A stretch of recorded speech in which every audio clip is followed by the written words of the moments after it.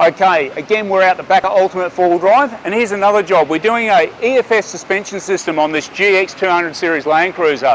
What a lot of people probably don't realise is the factory gear on the cars were just never intended to do the work we do.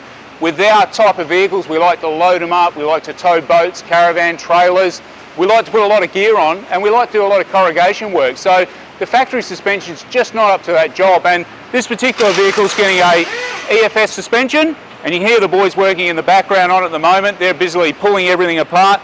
We're running the XTR heavy-duty big bore shocks in the rear and the EFS Elite struts in the front, coupled with the EFS tuned springs.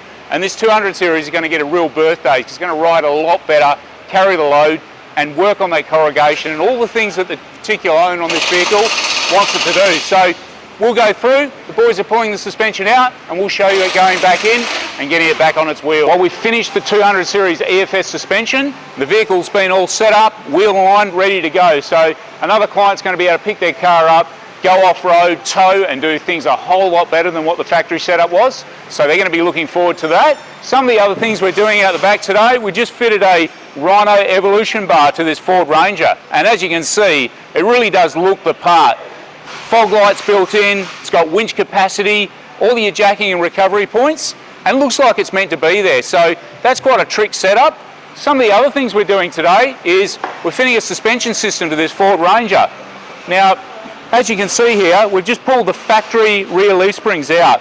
Now these factory rear leaves are okay, and they do a job quite averagely, but for this particular car, we want to load this up. This vehicle's going to have a tray fitted to the back and a lot of other trick components. So you can see the difference in the leaf spring there. Now you might also notice that this car's got a long range fuel tank. So again, we want to increase the capacity, and we're taking the plastic fuel tank out and fitted a heavy duty steel tank.